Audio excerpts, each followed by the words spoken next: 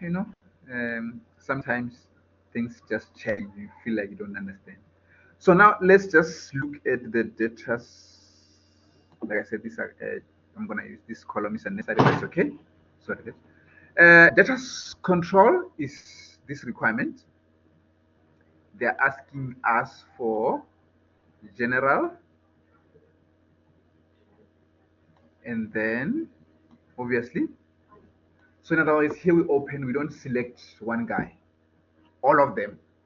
We don't look at loss and only. We look at total for all of them. Okay, no problem. The same procedure, same principles, same application, same understanding. We're still going to use the same things. Like the first thing that we always do, we check for balances. And they did give us the balances. How much do you think is the balance of debtors control here?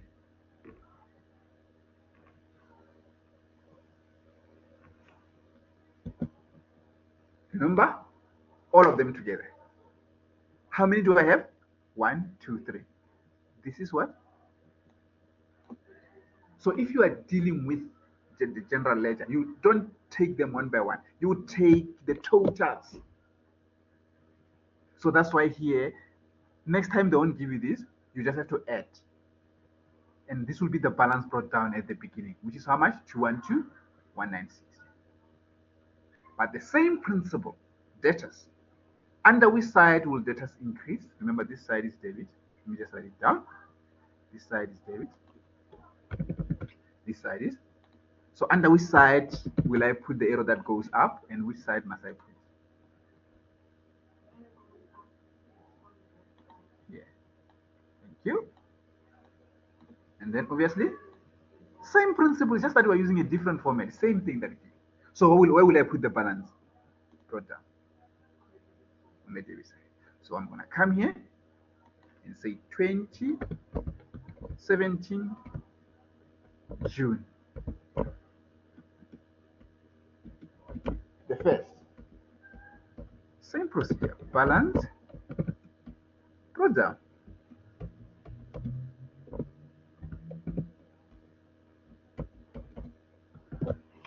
Just like that.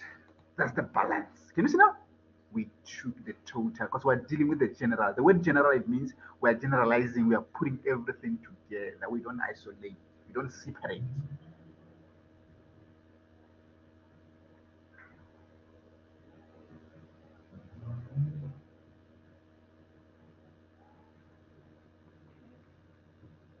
Are you still with me? That's the first thing. And thereafter, we need to go back to the information and check again from the beginning there. The first one here, total cash sales of the inventory. Can I record this one?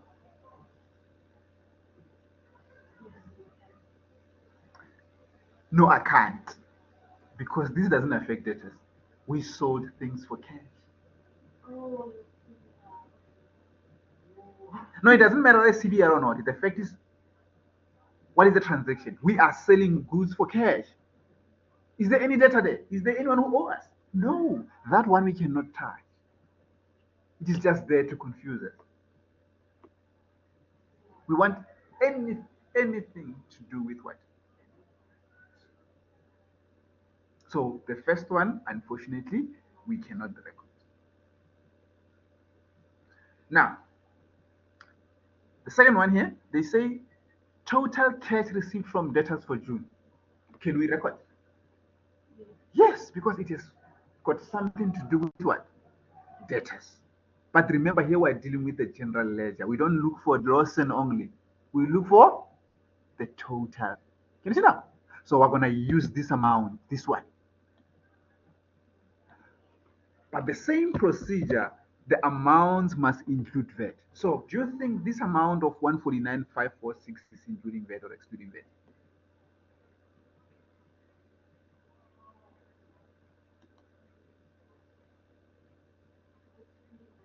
Why do you say it's excluding VAT? Okay, let me do this.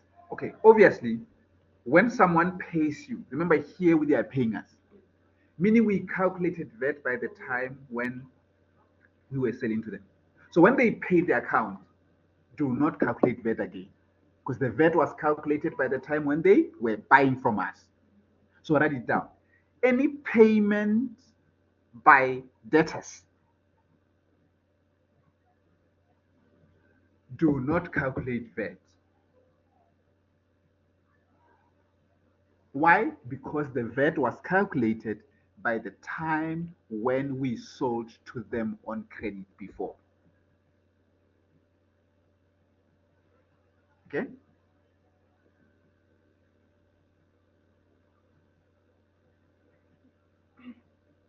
The same applies to payments to creditors.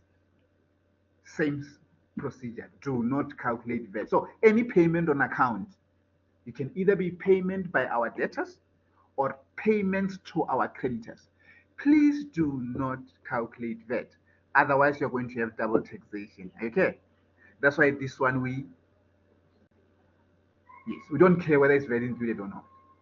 So we're gonna go and record, but the question is under which side, because they're paying us on the credit side. So we have to come here on the credit side. Is there a specific date there?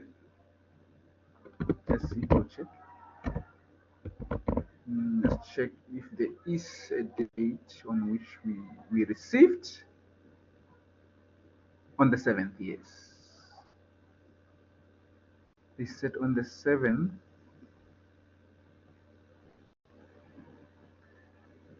Because we are dealing with the subsidiary journals, because we're taking the totals. Usually, we don't take this. Can you see now? We take the end of the period because we are transferring from what? Do you understand what I mean? So I'm just saying because next time they won't give it to you like this, they will give you in the form of journals. You take the totals at the bottom. Those totals are at the end. So for this one, we don't have to put this 7. We have to say, because this is the total for everything of the column from receipts. We are just going to say, we write the end of the period. Is it? Just write what? Say it here. I hope you understand what I'm doing. Because from the receipts, we transfer the total.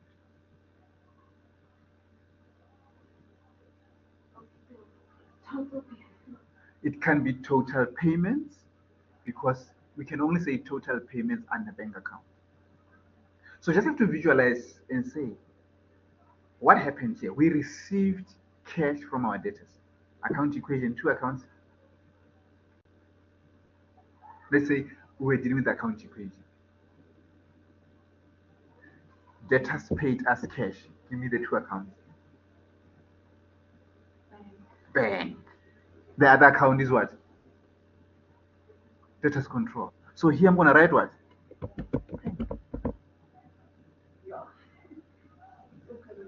Yes, it will come back. And obviously this is CBR. And that amount is 149,546. You can see there, up there.